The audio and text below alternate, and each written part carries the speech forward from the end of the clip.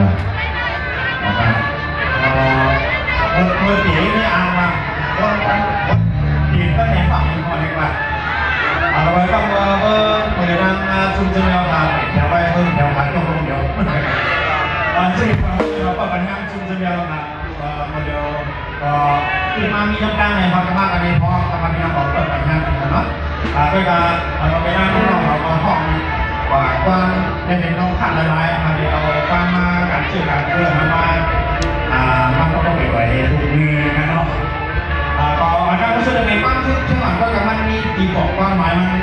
แล้วก็มันชื่อว่าที่ความหมายบางโล